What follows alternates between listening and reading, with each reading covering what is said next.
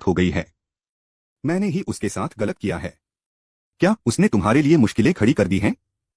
अरे यार, सच में कुछ तो चल रहा है। झाओ फेंग ने यह बात बस यूं ही कही थी, लेकिन यह सुनकर वह तुरंत समझ गया कि आइस क्लैन के पहले एल्डर और तीसरे एल्डर का अतीत जरूर दर्दनाक रहा होगा। चीजों को मुश्किल बनाने से तुम्हारा क्या मतलब है? यह तो हर मोड़ पर मेरे लिए चीजें मुश्किल बना रहा है, जैसे कि मैंने उसे नाराज कर दिया हो। यह सुनकर ग्रैंड एल्डर शर्मिंदा दिखे और उन्होंने तुरंत एक अजीब सी मुस्कान के साथ माफी मांगी। यह मेरी गलती थी कि मैंने तुम्हें इसके बारे में नहीं बताया। एज्योर वुड इमोर्टल ट्री का मामला सुलझाने के बाद मैं माफी के तौर पर 5 और हेवनली ग्रेड खजाने देने को तैयार हूं। 20 आइटम, 10 आइटम, 15 आइटम, 10 आइटम, बड़े ने दृढ़ता से कहा। ठीक है डी। झाओ फेंग ने फैसला किया। उसके होठों पर एक शरारती मुस्कान आ गई। उस मुस्कान को देखकर ग्रैंड एल्डर को तुरंत एहसास हो गया कि उनके साथ धोखा हुआ है। छोटे लड़के, तुम इतने कॉन्फिडेंट हो, क्या यह हो सकता है कि तुमने सच में बाउंडलेस वाटर पा लिया हो? तुम्हारा क्या मतलब है? तुम्हें मुझ पर भरोसा नहीं है? अगर तुम्हें मुझ पर भरोसा नहीं है तो तुम मुझे क्यों भेज रहे हो? झाओ फेंग ने ग्रैंड एल्डर की तरफ देखा। ग्रैंड एल्डर बिल्कुल भी नाराज नहीं थे, असल में उनके चेहरे पर थोड़ी खुशी थी। झाओ फेंग के रिएक्शन को देखकर उन्होंने थोड़ा अंदाजा लगाया कि झाओ फेंग को असल में बाउंडलेस वाटर मिल गया है, जिसकी उसने उम्मीद छोड़ दी थी। वास्तव में झाओ फेंग को नीला बर्तन निकालते देखकर पहले एल्डर की नजरें तुरंत उस पर टिक गईं। वे ध्यान से उसे घूर रहे थे और अपनी नजरें नहीं हटा पा रहे थे। हमने अपना मिशन सफलतापूर्वक पूरा कर लिया है। झाओ फेंग ने नीला बर्तन ग्रैंड एल्डर को दिया, जो उस नजारे को खाली आंखों से देखते रहे और फिर खुशी से हंस पड़े। बहुत बढ़िया। वुड क्लैन आपकी मेहरबानी को हमेशा याद रखेगा। अध्याय 340 वुड कबीले के संरक्षक। अमर वृक्ष की दुनिया, रसातल के ऊपर झाओ फेंग और ग्रैंड एल्डर प्रकट हुए। बुजुर्ग ने नीले बर्तन को ध्यान से पकड़ा, जैसे वह कोई प्यारी चीज हो। दोनों खाई में एक बड़े सूखे पेड़ के पास उतरे। छेदों से भरे पेड़ को देखकर बुजुर्ग की आंखों में दुख की एक झलक दिखाई दी, लेकिन जल्द ही उसकी जगह खुशी ने ले ली। आज से अमर फल वृक्ष का पुनर्जन्म हुआ है। ग्रैंड एल्डर ने नीले बर्तन को खोलने के लिए एक सीक्रेट टेक्निक का इस्तेमाल किया और पहले से तैयार खजाने का इस्तेमाल करके उसमें मौजूद बहुत सारा पानी सूखी लकड़ी पर डाल दिया। वह बेहिसाब पानी बहुत रहस्यमय था। जिस चीज को भी वह छूता था उसे घोल देता था और कोई निशान नहीं छोड़ता था। लेकिन जब ग्रैंड एल्डर ने सूखे पेड़ पर बहुत सारा पानी डाल दिया, मुरझाई हुई लकड़ी, जिससे पहले मौत का एहसास हो रहा था, अचानक अंदर से जीवन की हल्की सी किरण निकली। ग्रैंड एल्डर ने इस उतार चढ़ाव को महसूस किया और उनके टेंशन भरे चेहरे पर हैरानी की झलक दिखी। जल्द ही मृत लकड़ी के अंदर जीवन शक्ति और अधिक मजबूत होती गई, यहां तक कि सूखी लकड़ी में अनगिनत छेद भी बिना किसी को पता चले चुपचाप भर गए। पसंद करना। यह सूखा हुआ पेड़ जो मर जाना चाहिए था, अचानक उसमें जान आ गई।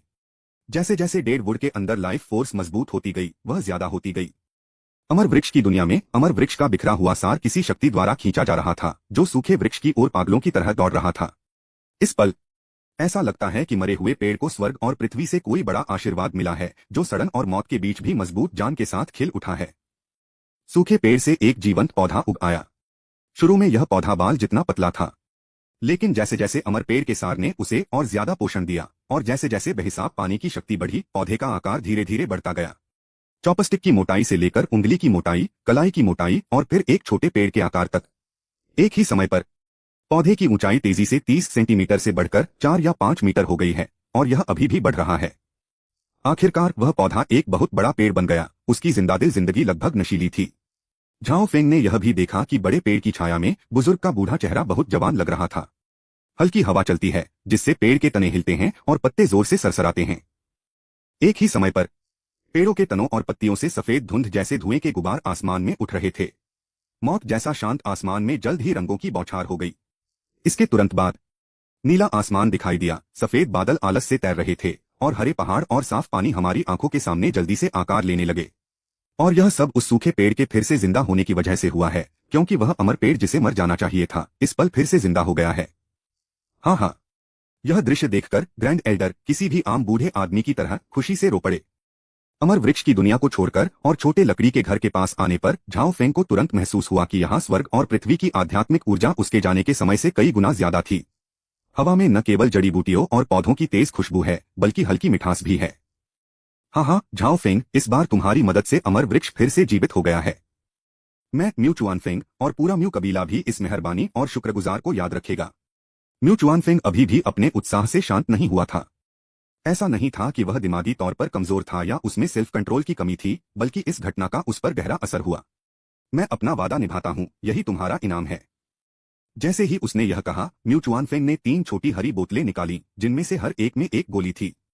गोली बड़ी नहीं थी, लेकिन उससे निकलने वाली कभी कभी की आभा से लगता था कि उसमें एक रहस्यमय शक्ति थी।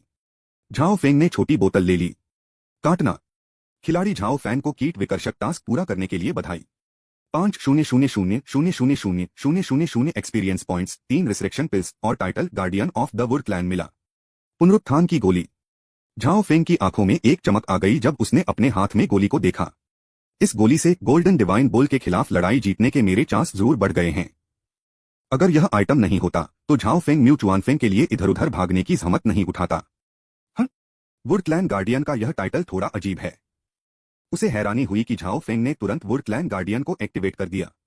झाओ फेंग के सिर के ऊपर 5 और बड़े अक्षर दिखाई दिए, वुड क्लैन का संरक्षक। Would clan guardian, would clan का एक पक्का पार्टनर। इस टाइटल को परमानेंटली एक्टिवेट करने से हेल्थ 30 और रिकवरी स्पीड 20 बढ़ जाती है। यह वुड टाइप जीवों को फेवर भी देता है और मदद भी दे सकता है। वाह, यह टाइटल बहुत बढ़िया है। झाओ फेंग का असली फोकस रिजुविनेशन पिल पर था, लेकिन टाइटल का डिस्क्रिप्शन देखने के बाद उनकी आंखें तुरंत चौड़ी हो गईं। एचपी को हमेशा के लिए 30 बढ़ाता है। चोट से ठीक होने की स्पीड 20 बढ़ गई। इन असली फायदों के अलावा वुड क्लैन गार्डियन का टाइटल कई छिपे हुए फायदों के साथ भी आता है। उदाहरण के लिए स्वर्ग और पृथ्वी में लकड़ी तत्व से जुड़े जीवों का साथ पाना और उनकी मदद पाना। अगर सही तरीके से इस्तेमाल किया जाए तो यह सभी लकड़ी जैसे जीवों की आंखें और कान भी बना सकता है। यह बिल्कुल पागलपन है, जैसे वे पागलपन की हद तक चीटिंग कर रहे हैं। आखिरकार यह टाइटल काम आया, मैं यहां तक यूं ही नहीं आया, झाओ फेंग ने मन ही मन सोचा। मन ही मन बहुत खुश हुआ। तुरंत फिर ग्रैंड एल्डर ने खजाने की तिजोरी खोली, जिससे झाओ फेंग को 10 हेवनली रैंक के खजाने चुनने का मौका मिला। म्यू कबीले ने सच में एक पुराने कबीले के तौर पर अपनी पहचान बनाई, जिसका इतिहास बहुत लंबा था और वे म्यूजों के पुराने शासक थे। उनके पास इतने सारे खजाने थे कि झाओ फेंग हैरान रह गए। उस खजाने से निकलने वाली आभा से झाओ फेंग को ऐसा महसूस हुआ जैसे वह किसी सपने में डूबा हुआ हो। अगर यह बात न होती कि वह ग्रैंड एल्डर का कोई मुकाबला नहीं कर सकता था और गोल्डन डिवाइन बुल से लड़ने के लिए वुड क्लैन को सेना भेजनी पड़ती, तो झाओ फेंग को उसे छीनने का मन भी करता। एक मुश्किल चुनाव का सामना करते हुए झाओ फेंग ने सिस्टम की मदद से 10 हेवनली रैंक के खजाने चुने। इन आध्यात्मिक चीजों में औषधीय जड़ी बूटियां, लिंगजी मशरूम, आध्यात्मिक फल और आध्यात्मिक बेलें शामिल हैं। ये 10 अलग अलग हैं, लेकिन उनमें सिर्फ एक बात कॉमन है, वे सभी टॉप ग्रेड हेवनली ट्रेजर हैं। झाओ फेंग ने यह भी देखा कि जैसे ही उसने 10 खजाने निकाले, ग्रैंड एल्डर, जो पूरे समय मुस्कुरा रहे थे, अचानक उनका चेहरा सख्त हो गया और उनके होंठ भी फड़कने लगे। तुम बदमाश, तुम किस तरह के अजीब हो? मेरे खजाने की तिजोरी में सिर्फ 20 से ज्यादा तरह के टॉप ग्रेड हेवन रैंक के खजाने हैं और तुमने उनमें से आधे एक ही बार में ले लिए। इस समय बड़े बुजुर्ग को रोने की इच्छा भी हुई। धत तेरे की, अगर मुझे पता होता तो मैं खुद ही उसके लिए चुन लेता। मैं बहक गया और बहुत बड़ी गलती कर बैठा। मुझे इसका बहुत अफसोस है। बुजुर्ग का मरा हुआ चेहरा देखकर झाओ फेंग ने जल्दी से खजाने रख दिए और कहा, बुजुर्ग, आप बहुत कंजूस हैं। आपकी तिजोरी में इतने सारे खजाने हैं और मैं सिर्फ 10 ले गया। आप ऐसे मरे हुए लग रहे हैं। आप किसे इंप्रेस करने की कोशिश कर रहे हैं? अरे बदमाश, क्या तुम मुझे भड़काने की कोशिश कर रहे हो? बुजुर्ग ने गुस्से से देखा और अपनी दाढ़ी फुला ली, यहाँ तक कि अपनी आस्तीनें ऊपर चढ़ा ली और अपने हाथ रगड़ने लगा। ऐसा लग रहा था जैसे झाओ फेंग को सबक सिखाने के लिए तैयार हो। झाओ फेंग हंसा और तेजी से पीछे हट गया। एल्डर, अब जब इमोर्टल ट्री जिंदा हो गया है तो यह जूनियर अब यहाँ और नहीं रुकेगा। क्या आपको याद है, सीनियर, कि हम 1 महीने में ग्रेट रूइंस फॉरेस्ट पर हमला करेंगे? क्या मैं ऐसा इंसान हूँ जो अपनी बात से मुकर जाता हूँ? चूंकि मैंने वादा किया है तो मैं उसे जरूर पूरा करूंगा, बुजुर्ग ने नाराज होकर कहा। अध्याय 341 महान धन। ग्रैंड एल्डर के घर से निकलने के बाद झाओ फेंग यूशी को ढूंढने गया। रास्ते में उनकी मुलाकात म्यू बिंगकिंग से हुई। यह जानने पर कि झाओ फेंग यूशी को ढूंढ रहा है, म्यू बिंगकिंग ने कहा, हो सकता है कि वह अभी आपके साथ न जा पाए। क्या हुआ? झाओ फेंग ने म्यू बिंगकिंग से पूछा। अपने शुरुआती सालों में 5वें एल्डर को एक बार एक खजाना मिला था जिसका कनेक्शन गोल्डन आई कबीले से था। अब यूशी इस खजाने का इस्तेमाल खेती करने के लिए कर रहा है और 1 महीने से ज्यादा समय से खेती कर रहा है। यह सुनकर झाओ फेंग तुरंत समझ गया। मेरी गैरमौजूदगी में युक्सी भी बेकार नहीं बैठी थी। मैं उसे देखना चाहता हूं। म्यू बिंगकिंग ने इस बारे में ज्यादा कुछ नहीं कहा, बस झाओ फेंग को 5वें एल्डर के पास ले गया। शायद ऐसा इसलिए है क्योंकि झाओ फेंग ने उनके पवित्र पेड़ को बचाकर वुड क्लैन पर एहसान किया था, या शायद इसलिए क्योंकि झाओ फेंग के सिर पर वुड क्लैन के गार्डियन का टाइटल है। 5वें एल्डर, जो हमेशा झाओ फेंग के प्रति उदासीन रहे थे, हैरानी की बात है कि बहुत उत्साहित थे। झाओ फेंग उसका उत्साह संभाल नहीं सका। वह सावधान रहा, मानो उसे डर हो कि कहीं पांचवा एल्डर उसके खिलाफ कोई साजिश न रच दे। पांचवें बड़े, क्या मैं पूछ सकता हूं कि आपने युक्सी को किस तरह का खजाना दिखाया? झाओ फेंग अभी भी बेचैन था। पांचवें एल्डर एक पल के लिए रुके, फिर ऊपर देखा और धीरे से कहा, एक आंख। एक आंख? हाँ, गोल्डनाइड कबीले की आंखें इंसानों की आंखों से अलग होती हैं। गोल्डनाइड कबीले की विरासत एक जोड़ी आंखों में मिलती है। तो आप इस एक आंख को गोल्डनाइड कबीले की विरासत समझ सकते हैं। यह सुनकर झाओ फेंग यूशी के लिए खुश हुआ। यूशी को खेती करने में कितना समय लगेगा? यह कहना मुश्किल है। इसमें 4 या 5 महीने से लेकर 60 या 70 साल तक लग सकते हैं। आखिरकार वह चीज गोल्डनाइड क्लैन के लिए बहुत फायदेमंद है। यह सुनकर झाओ फेंग का चेहरा काला पड़ गया। उसके प्लान के मुताबिक गोल्डन डिवाइन बोल को जीतने के लिए रेन क्रीक फॉर्मेशन की मदद की जरूरत होगी। अगर उसे 4 या 5 महीने तक इसकी खेती करनी पड़े तो वह कैसे जीतेगा? लेकिन यह एक ऐसा मौका था जो यूशी को लंबे समय में सिर्फ एक बार मिला था। अगर हम यह मौका चूक गए तो हमें नहीं पता कि हमें दूसरा मौका कब मिलेगा। थोड़ी हिचकिचाहट के बाद झाओ फेंग ने पांचवें एल्डर से वुड क्लैन छोड़ने से पहले यूशी के लिए एक मैसेज छोड़ने को कहा। बाहर घाटी में झो के राजा लिंग के सेंट्रल कमांड टेंट के अंदर झाओ फेंग पालथी मारकर बैठा था। झो के राजा लिंग टेंट के बाहर पहरा दे रहे थे, उनका चेहरा उत्साह से चमक रहा था। जब झाओ फेंग वापस आया तो उसने उनमें से हर एक को अमर पेड़ के सार का एक टुकड़ा इनाम में दिया, जिसमें स्वर्ग और पृथ्वी का बहुत ही समृद्ध सार था। राजा झो लिंग बहुत हैरान था कि उसका कल्टीवेशन लेवल सिर्फ एक दाव को रिफाइन करने के बाद 2 लेवल छोड़कर 3 स्टार मार्शल सेंट लेवल तक पहुंच गया था। अगर झो के राजा लिंग ऐसे थे तो चारों सेनाओं को और समझाने की जरूरत नहीं है, उन सभी ने अपनी साधना में एक लेवल का सुधार किया था। मार्शल किंग दायरे से मार्शल ग्रैंडमास्टर दायरे तक पहुंचने के बाद चारों सेनाओं की कुल ताकत काफी बढ़ गई है। लेकिन अमर वृक्ष के सार की एक लट को परिष्कृत करने के बाद झाओ फेंग ने उन्हें दूसरी नहीं दी। ऐसा नहीं था कि झाओ फेंग कंजूस था, बल्कि इस अमर पेड़ का एसेंस ही अमर पेड़ का असली सोर्स था, जिसमें बहुत पावरफुल एनर्जी थी। अगर यह लकड़ी जैसा एसेंस नहीं होता जो नेचर में नरम होता, न कि बहुत ज्यादा आग जैसा एसेंस, तो शायद वे इस पहले एसेंस को भी रिफाइन और एब्जॉर्ब नहीं कर पाते। अगर इसे रिफाइन भी किया जाता है तो यह सिर्फ ऊपरी रिफाइनमेंट होता है और ज्यादातर एनर्जी शरीर में ही स्टोर हो जाती है। अगर उन्हें दूसरा दिया जाता तो वे पक्का फट जाते और तुरंत मर जाते। झो के राजा लिंग को यह बात पता थी, इसलिए उसने एक लड़ाई का मैदान बनाया जहां अमर पेड़ के सार को निखारने वाले सैनिक एक दूसरे से लड़ सकते थे और लड़ाई से अपने शरीर में जमा हुई आध्यात्मिक ऊर्जा को पचा सकते थे। मुझे कहना होगा कि यह तरीका थोड़ा थकाने वाला है, लेकिन बहुत असरदार है। कुछ ही दिनों में सैनिकों में बदलाव आ गया और उनकी पूरी ताकत में जबरदस्त उछाल आया। झाओ फेंग ने इन सब बातों को नजरअंदाज कर दिया। वह कुछ ऐसा कर रहा था जिसका वह लंबे समय से इंतजार कर रहा था लेकिन कर नहीं पाया था। काटना। एक स्वर्गीय खजाना अर्थ फायर आइस स्पिरिट मशरूम मिला है। क्या आप इसे बदलना चाहते हैं? पुष्टि करना। खिलाड़ी झाओ फेंग को 80,000,000 सुप्रीम कॉइन रिडीम करने के लिए बधाई। ग्रैंड एल्डर के जमा किए हुए खजाने बहुत कीमती हैं और सिस्टम के चालाक और कंजूस होने के बावजूद इसकी कीमत बहुत ज्यादा थी। हैंडलिंग फीस काटने के बाद झाओ फांगजिन को 80 मिलियन सुप्रीम कॉइन मिले। यह सिर्फ पहला हेवनली रैंक का खजाना है। काटना। एक heavenly rank treasure 9 heavens mystic demon wine मिला है। क्या आप इसे एक्सचेंज करना चाहते हैं? पुष्टि करना। खिलाड़ी झाओ फेंग को 80,000,000 सुप्रीम कॉइन रिडीम करने के लिए बधाई। काटना। काटना। सभी 10 टॉप ग्रेड हेवनली ट्रेजर्स को एक्सचेंज करने के बाद झाओ फांगजिन को 800 मिलियन सुप्रीम कॉइन्स मिले। उनके ओरिजिनल 80 मिलियन के अलावा अब उनके पास 880 मिलियन सुप्रीम कॉइन्स हैं। एक पल में वह अपने कर्ज चुकाने के लिए संघर्ष कर रहे एक दुखी व्यक्ति से एक सुपरमीर व्यक्ति बन गया। हाँ, मुझे खुशी है कि मैं 5 एलिमेंट्स रूइंस रियल में आया। अगर मैं बाहर होता तो कौन जानता कि इन सभी सुप्रीम कॉइन्स को इकट्ठा करने में कितना समय लगता। झाओ फेंग जोर से हंस पड़ा। मैं बहुत उत्साहित हूँ। इतने लंबे समय तक कर्ज से परेशान रहने के बाद अब आखिरकार उसे समझ में आया कि पैसों से लदे होने का एहसास कैसा होता है। वह एहसास बहुत ही अद्भुत था। सिस्टम, मुझे अपना कर्ज चुकाना है। ज्यादा पैसे मिलने पर झाओ फेंग ने ज्यादा कॉन्फिडेंस के साथ कहा। उसी समय झाओ फेंग ने काम सौंप दिया। काटना। खिलाड़ी झाओ फेंग को तय समय में 100 मिलियन सुप्रीम कॉइन चुकाने के लिए बधाई। प्लेयर झाओ फेंग को 4,000,000,000 experience points, artifact heart of the ocean और स्पेशल आइटम टेलीपोर्टेशन कार्ड पाने के लिए बधाई। एक पल में झाओ फेंग के सुप्रीम कॉइन्स 100 मिलियन कम होकर 780 मिलियन हो गए। काटना। प्लेयर झाओ फेंग को लेवल अप करने पर बधाई। आपका अभी का cultivation level 9 star martial emperor है। समुद्र का दिल। झाओ फेंग की आंखें हल्की सी चमकी। उसने अपने सिस्टम इन्वेंटरी से हार्ट ऑफ द ओशन नाम का क्रिस्टल नेकलेस निकाला। Item heart of the ocean. Rank God level. परिचय एक कहा जाता है कि यह समुद्र से मिला एक दिव्य आर्टिफैक्ट है जो खास तौर पर महिलाओं के लिए है।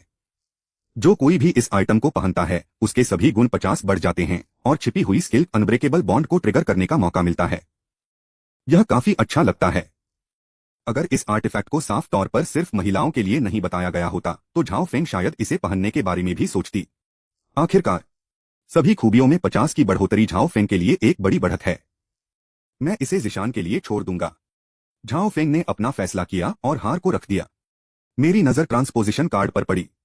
Item teleportation card. Grade God level. विवरण 10,000 मीटर के दायरे में किसी भी चीज के साथ बदला जा सकता है। हर इस्तेमाल के बाद 5 मिनट का कूलडाउन पीरियड। 10,000 मीटर के दायरे में टेलीपोर्टेशन और रिपोजिशनिंग करने के लिए। झाओ फेंग की आंखें अचानक चमक उठीं।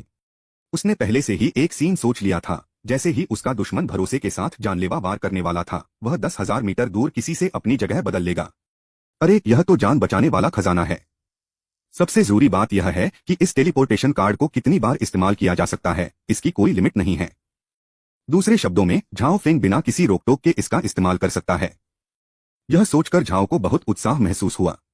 वह कम इनाम के बारे में शिकायत कर रहा था लेकिन अब उसके होठों पर मुस्कान आ गई। सुनहरे दिव्य बैल, इस बार अपनी बैल जैसी आंखें चौड़ी करो और मुझे देखने दो कि मैं तुम्हें कैसे मारूंगा। झाओ फेंग के चेहरे पर एक डरावनी चमक आ गई और उसने एक ठंडी मुस्कान दी। चैप्टर 342 8 सेनाएं इकट्ठा हुई। एक माह बाद वुड क्लैन की सुरक्षा करने वाली पहाड़ी बनावट एक्टिवेट हो गई और पेड़ों की आत्माओं और वुड क्लैन के योद्धाओं से बनी वुड क्लैन की सेना वुड क्लैन के इलाके से बाहर निकल गई। वे घाटी में घुसे और झाओ फेंग से मिले। वुड कबीले की सेना का कमांडर वुड कबीले का म्यू बिंगकिंग है। झाओ फेंग इस टीम के कमांडर को देखकर कुछ हैरान हुआ। उन्होंने मान लिया था कि ग्रैंड एल्डर खुद कमान संभालेंगे, लेकिन उन्होंने बूढ़े आदमी की चालाकी को कम आंका। उसने अपना चेहरा भी नहीं दिखाया। लेकिन आगे सोचने पर मुझे राहत महसूस हुई। आखिर वही तो था जिसने यह लड़ाई शुरू की थी और लीडर बनेगा। अगर रोमू कबीला ग्रैंड एल्डर और कमांडर होता तो लड़ाई शुरू होने के बाद उन्हें उसके ऑर्डर मानने ही पड़ते, जिसे शायद उसे बर्दाश्त करना मुश्किल लगता। क्या निराश? यह देखकर कि झाओ फेंग थोड़ा उदास लग रहा था, म्यू बिंगकिंग मुस्कुराई और पूछा। झाओ फेंग ने म्यू बिंगकिंग और उसके पीछे खड़े करीब 1 दर्जन म्यू क्लैन सदस्यों को देखा जिनकी भौहों के बीच 8 पत्तों के निशान थे और मुस्कुराते हुए कहा, वे कुछ देर पहले वहां थे लेकिन अब वे चले गए हैं। यह तो साफ है वुड क्लैन भी इस लड़ाई को बहुत महत्व देता है। 8 पत्तों वाले कबीले के सिर्फ 20 से ज्यादा सदस्यों में से ज्यादातर को बाहर भेज दिया गया। अगर इस लड़ाई में पूरा वुड क्लैन खत्म हो गया तो यह उनके लिए एक बड़ा झटका होगा। यूशी, क्या तुम अभी भी खेती कर रहे हो? हाँ, आने से पहले मैं 5th एल्डर से मिलने गया था। 5th एल्डर ने कहा कि उनकी विरासत एक अहम मोड़ पर है और इसमें कोई छेड़छाड़ नहीं की जानी चाहिए। यह सुनकर झाओ फेंग निराश हुए, लेकिन म्यू बिंगकिंग की कमान में 10,000 म्यू कबीले के योद्धाओं को देखने के बाद उनका हौसला थोड़ा बढ़ा। इन 10,000 योद्धाओं में से ज्यादातर की भौहों के बीच 6 सितारों का निशान था। पेड़ दानव की भौहों के बीच कोई निशान नहीं था, लेकिन उससे निकलने वाली आभा किसी भी तरह से किसी आम मार्शल मास्टर से कम नहीं थी।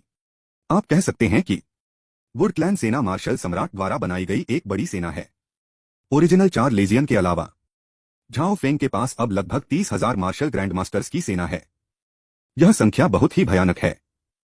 अगर सही तरीके से इस्तेमाल किया जाए तो गोल्डन बुल को गंभीर रूप से नुकसान पहुंचाना बिल्कुल भी मुश्किल नहीं है। इसके अलावा झाओ फेंग के पास अभी भी ट्रम्प कार्ड हैं। ड्रम की आवाज के साथ झाओ फेंग ने लीजन मोड को एक्टिवेट किया। इस सेना में सबसे पहले 5,000 सैनिकों वाली थंडर लेपर्ड सेना को शामिल किया गया था। फिर 5,000 शैडो टाइगर लीजन आया, blood wolf legion, falcon legion. असल में ये 4 सेनाएं थीं जो स्नोफेड साम्राज्य की दूसरी सेना के कमांडर राजा झो लिंग के कमांड में थीं। अब वे सभी झाओ फेंग के प्राइवेट सैनिक बन गए हैं। खासकर अमर वृक्ष से तड़पने के बाद उनमें से हर एक में जबरदस्त बदलाव आए हैं। जब झाओ फेंग ने पहली बार उन्हें हराया तब भी वे मार्शल किंग लेवल पर थे। हालांकि सिर्फ 2 महीनों में वे मार्शल किंग दायरे से मार्शल ग्रैंड मास्टर दायरे में आगे बढ़ गए। यह हमें एक नए लेवल पर ले गया है। अगर झाओ फेंग का दखल न होता, जिससे उन्हें अमर पेड़ के सार को बेहतर बनाने का मौका मिला, तो भले ही उन्हें वुड क्लैन के इलाके में खेती करने की इजाजत मिल जाती, उन्हें मार्शल ग्रैंड मास्टर लेवल तक पहुंचने में कम से कम 10 या 8 साल लग जाते। पर अब झाओ फेंग की वजह से, अमर वृक्ष के सार के कारण सब कुछ बदल गया है। इन 4 सेनाओं का कमांडर झो का राजा लिंग था, जो 3 सितारा मार्शल सम्राट था। इसके बाद वुड क्लैन लीजन, जिसमें वुड क्लैन के सदस्य और ट्री स्पिरिट्स शामिल थे, उनके साथ शामिल हो गया। वुड क्लैन लीजन में 10,000 सिक्सलीफ वॉरियर्स हैं। उन्हें 12 छोटी टीमों में बांटा गया था। हर टीम में 1,000 सदस्य थे और हर टीम का नेतृत्व 8 पत्तों वाले निशान वाले कबीले के सदस्य करते थे। और जो इन सबकी देखरेख करता है वह है म्यू बिंग किंग। इन 5 सेनाओं में कुल 30,000 लोग थे। तब यह 5,000 बैटल पेट्स की फौज है। इमोर्टल ट्री वर्ल्ड में लड़ाई में झाओ फेंग ने लगभग 2,000 बैटल पेट्स खो दिए। कंपनी का लगभग आधा हिस्सा डूब गया। इस बड़े नुकसान का सामना करते हुए झाओ फेंग ने जानवरों को काबू में करने वाले कई ग्रुप को खत्म कर दिया और फिर तुरंत उनकी संख्या बढ़ाकर हैरान करने वाली 10,000 कर दी। जानवरों की एक सच्ची सेना बने। लेकिन बाद में जो स्पिरिट बीस्ट जोड़े गए वे निचले रैंक के थे, ज्यादातर चौथे या 5वें रैंक के आसपास, और छठे रैंक पर उनमें से बहुत कम थे। अच्छी बात यह थी कि वे फ्रंट लाइन में सिर्फ तोप का चारा थे, इसलिए झाओ फेंग को उनसे ज्यादा उम्मीदें नहीं थीं। इसके बाद 7वीं सेना खून की प्यासी सेना है। इसमें खून खाने वाली चींटियों की एक कॉलोनी होती है। कमांडर खून का प्यासा चींटी राजा। जहां तक आखिरी सेना की बात है वह एक ज़ॉम्बी सेना थी जिसमें 1,000 मार्शल संत थे। यह झाओ फेंग का आखिरी तुरुप का पत्ता भी था। Commander in chief Zhao Feng है। सभी 8 सेनाएं इकट्ठा हो गई हैं। खून की प्यासी चींटियों के अनगिनत झुंडों के बावजूद उनके शरीर से खूनी आभा निकल रही थी। यह अभी भी जानवरों की एक कभी न खत्म होने वाली घनी सेना थी जिसने पूरी पहाड़ी रेंज को ढक रखा था। या शायद यह 1000 ज़ॉम्बी थे जिनमें से हर एक से एक डरावनी आभा निकल रही थी जिससे वुड क्लैन के सदस्य डर से कांप रहे थे। झाओ फेंग ने गोल्डन डिवाइन ऑक्स को चुनौती देने की हिम्मत की। उसने जरूर कुछ तैयारी की होगी, म्यू बिंग किंग ने मन ही मन सोचा। वह मन ही मन घबरा गई। 8 सेनाओं को नीचे देखते हुए झाओ फेंग आत्मविश्वास से भरा हुआ था। अफसोस है कि युक्सी यहां नहीं है। झाओ फेंग ने अपना सिर थोड़ा हिलाया। हंसना। तभी हवा में एक सुनहरी रोशनी फैल गई। इसकी स्पीड रोशनी की सुनहरी लहर जैसी थी और यह लगभग एक पल में 8 सेनाओं पर टूट पड़ी। इसे नीचे ले। झो के राजा लिंग ने बिना किसी परवाह के कहा और उसकी 4 सेनाओं ने एक साथ हमला कर दिया। उनकी तेजी ने आसमान और धरती को हैरान कर दिया। रुकना। झाओ फेंग ने उस जगह को देखा जहां सुनहरी रोशनी पड़ रही थी और हाथ हिलाते हुए कहा। चारों सेनाएं तुरंत पीछे हट गईं। इस समय सुनहरी रोशनी धीरे धीरे गायब हो गई जिससे एक महिला का आकार दिखाई दिया। उस औरत के चेहरे पर कोमलता थी और उसका फिगर पतला था। उसकी सफेद ड्रेस खूबसूरती से लहरा रही थी जिससे एक गहरी आभा फैल रही थी, फिर भी उसमें दबाने वाली ताकत का हल्का सा एहसास भी था। यह दबाव वाली आभा बहुत हल्की थी, फिर भी जैसे ही सभी ने इसे महसूस किया वे पूजा में सिर झुकाने की इच्छा से खुद को रोक नहीं पाए। युक्सी। जो महिला अचानक उनके सामने आई वह कोई और नहीं बल्कि यूशी थी। लेकिन उसका स्वभाव उस शांत और सौम्य यूशी से बिल्कुल अलग था जो वह कभी थी। महिला ने धीरे से अपनी आंखें खोलीं और उनमें सुनहरी रोशनी चमक उठी जो 2 सुनहरे ड्रैगन में बदल गईं, जो यूशी के चारों ओर चक्कर लगाने के बाद उसके शरीर में गायब हो गईं। यह मैं हूं। यूशी ने धीरे से मुस्कुराते हुए कहा और झाओ फेंग की तरह मुस्कुराया। हालांकि जब उसने उसकी ओर देखा तो झाओ फेंग की नजरें तेज हो गईं। एक मार्शल संत। झाओ फेंग ने हैरानी से कहा। उसकी आवाज में यकीन नहीं हो रहा था। उसे अच्छी तरह याद था कि सिर्फ 2 महीने पहले वह मार्शल एम्परर के दायरे में नहीं पहुंचा था, लेकिन पलक झपकते ही वह उससे एक कदम आगे मार्शल सेंट के दायरे में पहुंच गया था। यह स्पीड तो कमाल की है। वह विरासत मेरे कबीले के लोगों ने छोड़ी थी और उससे मुझे बहुत फायदा हुआ है, यूशी ने मुस्कुराते हुए बताया। झाओ फेंग ने गहरी सांस ली। उसे इस जाति के प्रति डर लग रहा था जिसने पुराने समय से दुनिया पर राज किया था। सिर्फ 2 महीने में मैंने 2 लेवल छोड़ दिए। यह अविश्वसनीय है। शुक्र है कि तुम मेरे दुश्मन नहीं हो, झाओ फेंग ने कहा। हे यूशी हल्के से हंसा। मैंने विरासत का सिर्फ 10वां हिस्सा ही रिफाइन किया है। अगर मैंने इसे पूरा रिफाइन किया होता तो मैं मार्शल गॉड के दायरे में कदम रख पाता। Zhao Feng. वह यूशी से पूरी तरह टूट चुका था। सिर्फ खुद से पूरी ताकत से लड़कर ही कोई अपनी साधना का लेवल सुधार सकता है। यूशी को बस विरासत स्वीकार करने की जरूरत है और उसका कल्टीवेशन लेवल रॉकेट की तरह आसमान छू जाएगा। इस तरह का अलग बर्ताव बहुत परेशान करने वाला है। लेकिन यूशी का कल्टीवेशन लेवल जितना मजबूत होगा उसके लिए उतना ही फायदेमंद होगा। जब वह सोच ही रहा था झाओ फेंग ने कुछ निकाला और यूशी को दे दिया। अभी के लिए इसे रखो। चैप्टर 343 नौ परम ईश्वर विनाशकारी व्यू। कितना सुंदर दृश्य है। यूशी ने उसे लिया, उस पर नजर डाली और तुरंत उसकी आंखों में हैरानी की झलक आ गई। तुरंत उसके सुंदर चेहरे पर लाली छा गई। झाओ फेंग, धन्यवाद। यह पहली बार है जब किसी आदमी ने मुझे हार दिया है।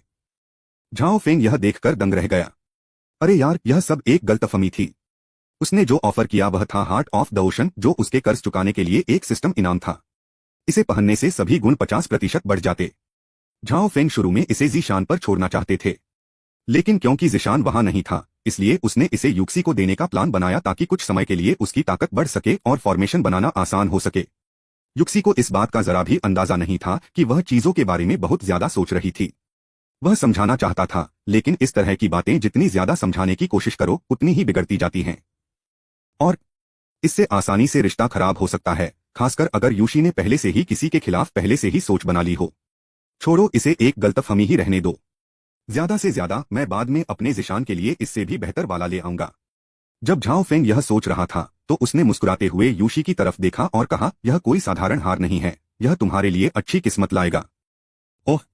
यूशी ने अपना शक जाहिर किया। झाओ फेंग आगे बढ़े और खुद उसे पहना दिया। यूशी ने अपना विरोध जताया, आखिरकार यह कोई आम मौका नहीं था। सही मायने में यह हर किसी के ध्यान का केंद्र है।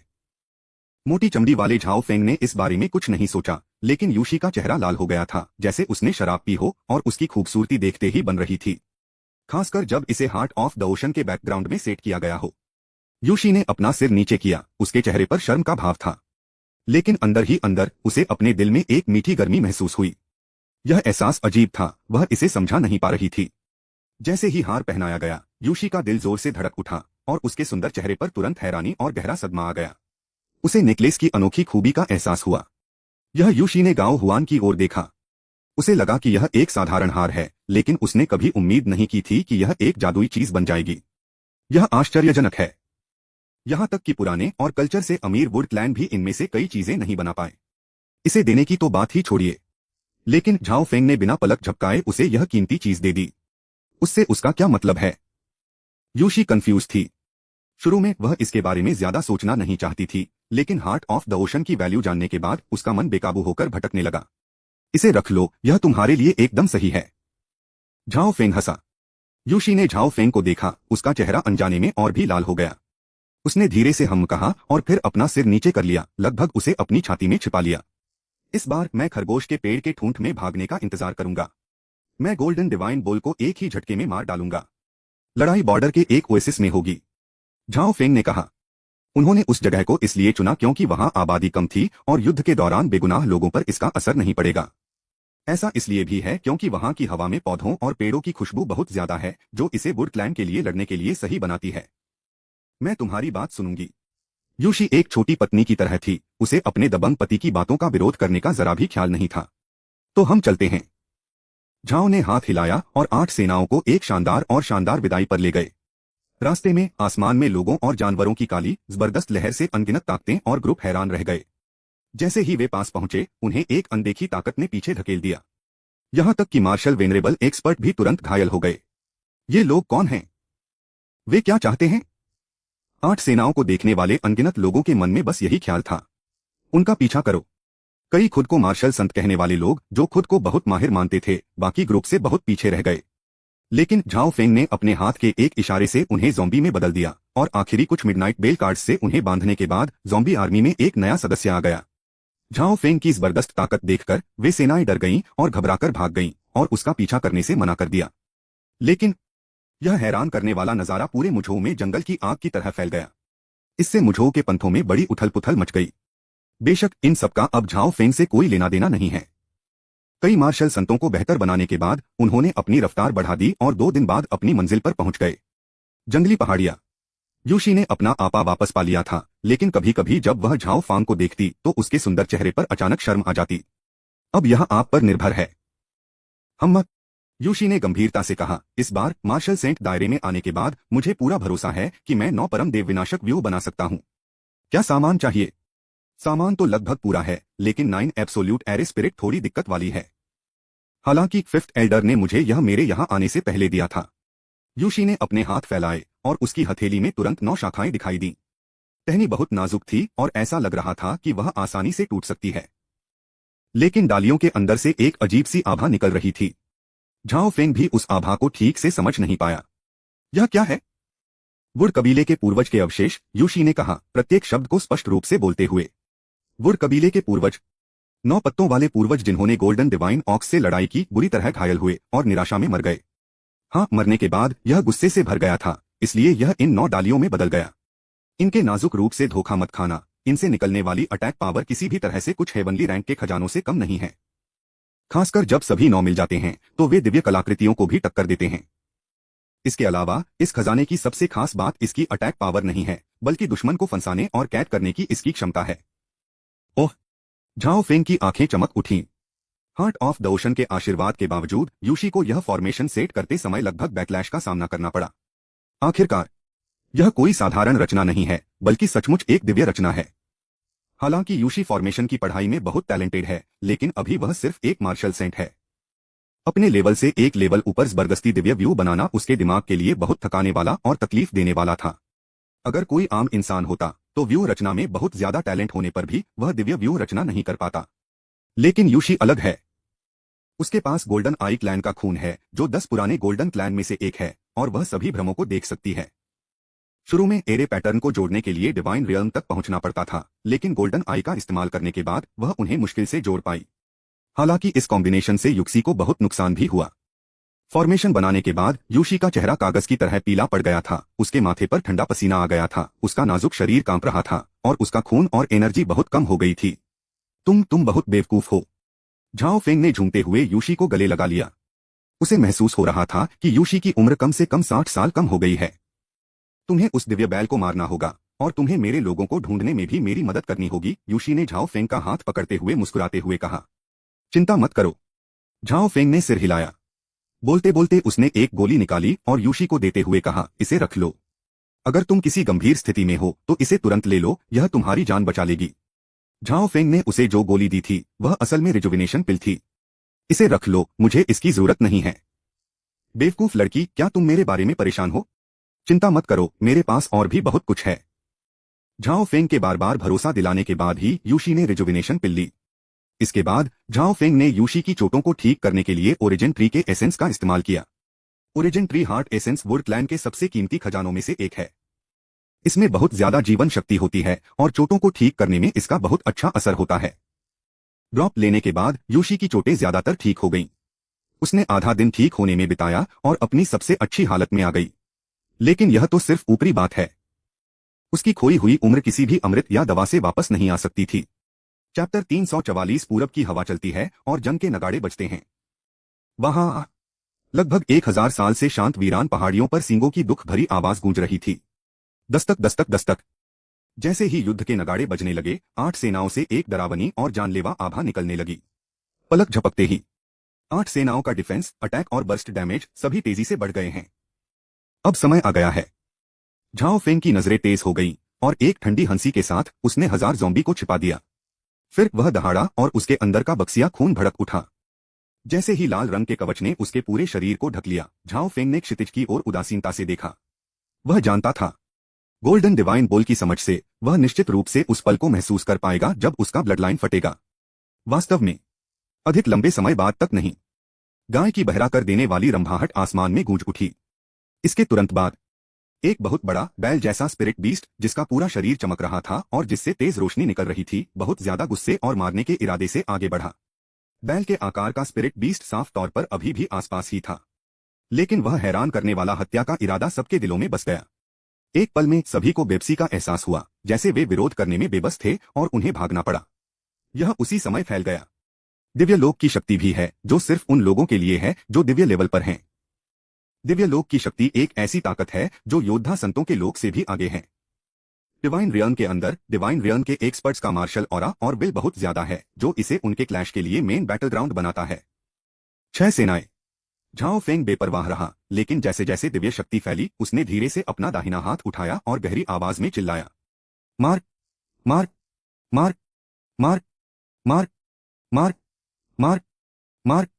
6 फौजें एक साथ दहाड़ रही थीं और 30,000 मार्शल ग्रैंड मास्टर्स और लगभग 10,000 स्पिरिट बीस्ट्स की चीखों और चीखों के बीच हवा में एक अनदेखा मारने का इरादा फैल गया। यह हत्या का इरादा शायद गोल्डन डिवाइन बोल की दिव्य शक्ति जितना शक्तिशाली न हो। हालांकि इसमें लगभग 40,000 मार्शल ग्रैंड मास्टर्स की हत्या की मंशा थी, और उस हत्या की मंशा की तीव्रता कल्पना से परे थी। जिस पल यह मारने का इरादा दिव्य लोक की शक्ति से टकराया, यह एक तेज चाकू की तरह था जिसने दिव्य लोक की आने वाली शक्ति को चीर दिया, जिससे वह पास पहुंचने से पहले ही अनगिनत एनर्जी तरंगों में बिखर गई। हम गोल्डन डिवाइन बोल की बड़ी बड़ी आंखों में हैरानी साफ दिख रही थी, लेकिन जब उसने 6 सेनाओं की ओर देखा तो उसकी आंखों में एक ठंडी चमक दिखाई दी, एक ऐसी चमक जो मजाक से भी भरी हुई थी। एक मामूली मार्शल ग्रैंड मास्टर मेरा क्या कर सकता है, भले ही आपके पास 40,000 हो। 40,000 की तो बात ही छोड़िए। सुनहरा बैल बहुत घमंडी था। जैसे ही उसने मजाक उड़ाया, वह तुरंत सुनसान पहाड़ियों के ऊपर दिखाई दिया। बिना किसी हिचकिचाहट के वे सीधे उस सेंट्रल जगह की ओर बढ़े जहां झाओ फेंग था। झाओ फेंग बिना कुछ कहे खड़ा रहा और उसने इस प्रोसेस में कोई रुकावट नहीं डाली, बस सुनहरे दिव्य बैल को आते हुए देखता रहा। खासकर जब गोल्डन बुल 2000 यूनिट के करीब पहुंचा तो उसके होठों पर एक ठंडी मुस्कान भी आ गई। कुछ तो गड़बड़ है। सुनहरा बैल अचानक रुक गया। उसकी आंखें, जो गुस्से से भरी होनी चाहिए थीं, अब ज्ञान से चमक रही थीं। उसने सावधानी से चारों ओर देखा। आखिरकार उनकी नजर झाओ फेंग की लोकेशन पर पड़ी। एक गहरी आवाज धीरे धीरे सुनाई दी, असल में एक फॉर्मेशन था। तुमने मुझे लगभग धोखा दे दिया था। यह सुनकर झाओ फेंग मन ही मन डर के मारे चिल्ला पड़ा। उन्होंने गोल्डन बुल की सावधानी को कम आंका, लेकिन अचानक जैसे ही वह हमला करने वाला था, बुल अचानक रुक गया। इसके अलावा उन्होंने इस बनावट के राज भी जान लिए। धत तेरे की, यह जानवर भी है क्या? इसकी बुद्धि तो कुछ पुराने राक्षसों से भी ज्यादा है। यह बैल पक्का एक राक्षस है। झाओ फेंग के चेहरे पर कड़वाहट थी। असल में ओरिजिनल बैटल प्लान के अनुसार एक बार जब golden divine ox 9 absolute god destroying array की रेंज में आ जाता है तो यूशी 9 एब्सोल्यूट गॉड डिस्ट्रॉइंग एरे की पावर से गोल्डन डिवाइन ऑक्स की मूवमेंट को लॉक करने के लिए एरे को एक्टिवेट कर देगा। उस समय झाओ फेंग 8 सेनाओं के साथ मिलकर हमला करेगा। यह एक बड़े बॉस को मारने जैसा है जिसके हाथ, पैर और नुकीले दांत फंसे हुए हैं और जो बाहर नहीं निकल सकता। यह ऑपरेशन प्लान बिल्कुल आसान है और इसमें बहुत कम रिस्क है। लेकिन अब यह सब एक सपना बनकर रह गया है।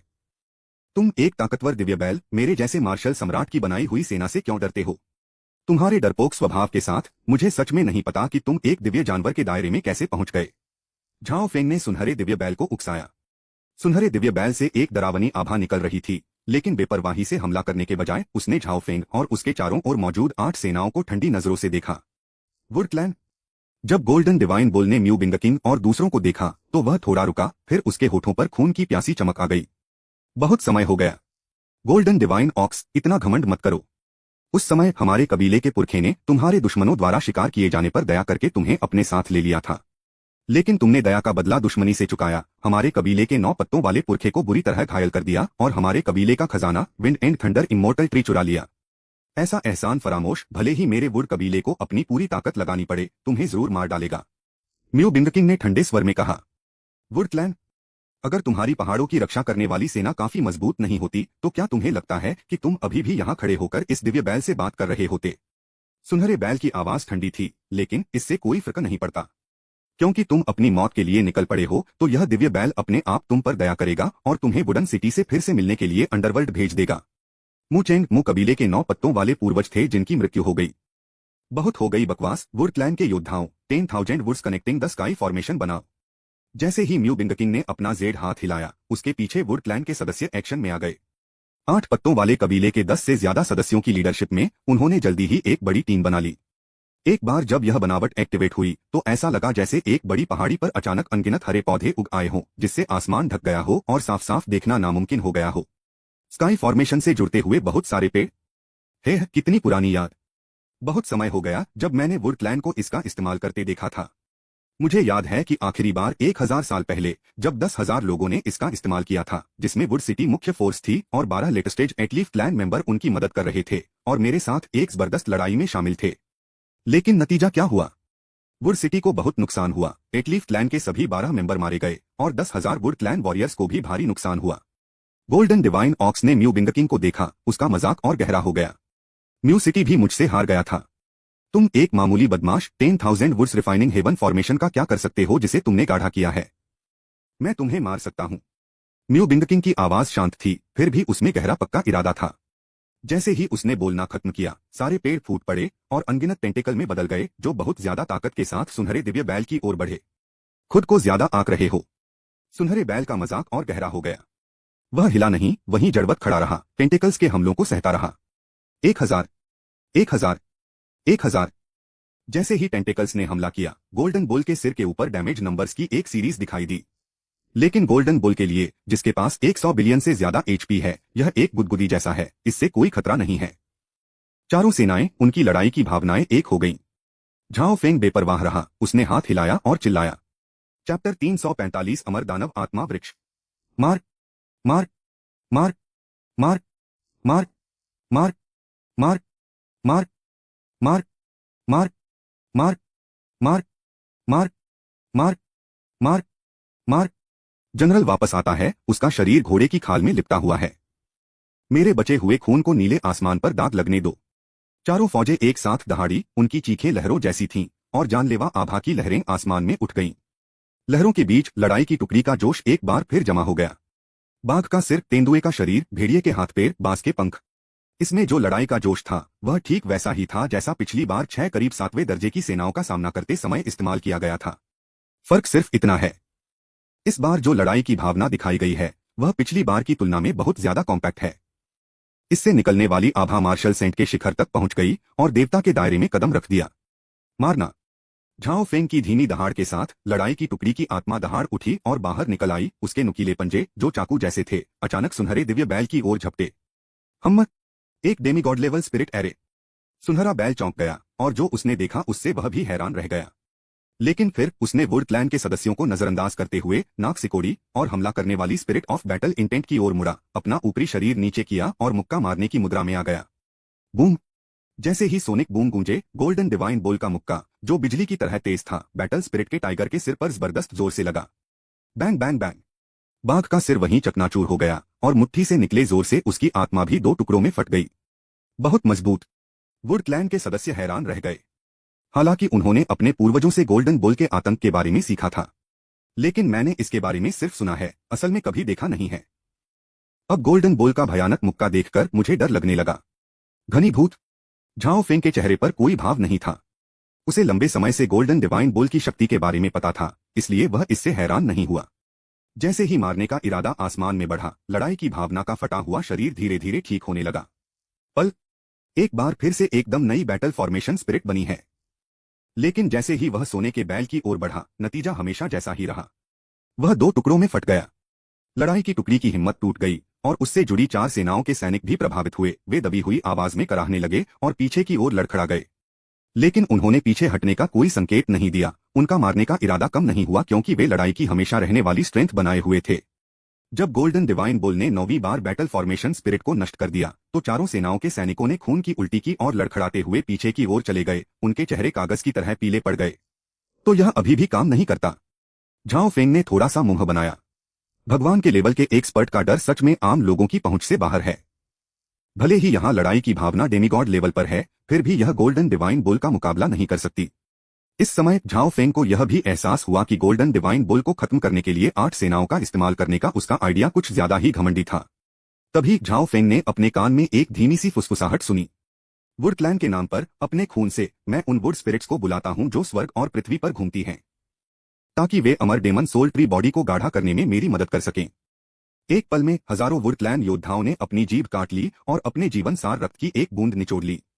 जैसे ही हरे खून की हजारों बूंदें मिली, हवा तेज हो गई और बादल उमड़ पड़े। आसमान और धरती का रंग बदल गया और बेहिसाब ताकत तेजी से उस जगह की ओर बढ़ी जहां हरा खून इकट्ठा हुआ था। यह है। सुनहरे दिव्य बैल की नजर तेज हो गई और उसका एक्सप्रेशन अचानक बदल गया। धत तेरे की, क्या ये लोग पागल हो गए हैं? वे असल में अमर दानव आत्मा वृक्ष को गाढ़ा करने के लिए अपने जीवन सार का बलिदान करने को तैयार हैं। एक दिव्य बैल के तौर पर, जो 1000 साल से वुड कबीले के बीच रहता है, गोल्डन डिवाइन बैल की वुड कबीले के बारे में समझ वुड कबीले के कुछ बुजुर्गों से भी ज्यादा गहरी है। हजारों बूंदों के वाइटल एसेंस खून के फ्यूजन को देखकर गोल्डन डिवाइन ऑक्स तुरंत म्यूबिंगकिंग का प्लान समझ गया। वुड क्लैन के इतने सारे योद्धाओं के बेस के साथ यह जो अमर दानव आत्मा वृक्ष बनाता है, वह निश्चित रूप से इसके लिए खतरा बन सकता है। इसलिए यह चुपचाप खड़ा नहीं रह सकता और अमर दानव आत्मा वृक्ष को गाढ़ा होने नहीं दे सकता। बैटल स्पिरिट, अपनी जान देकर भी उन्हें रोको। झाओ फेंग दहाड़ा, जैसे वह लड़ाई की टुकड़ी की आत्मा में बदल गया हो और उसने सुनहरे दिव्य बैल का रास्ता रोक दिया हो। मेरे रास्ते से हट जाओ। सुनहरा बैल दहाड़ा और एक ही मुक्के से लड़ाई की टीम की हिम्मत तोड़ दी। लेकिन पलक झपकते ही लड़ाई की टीम का जोश फिर से इकट्ठा हो गया और पागलों की तरह आगे बढ़ गया।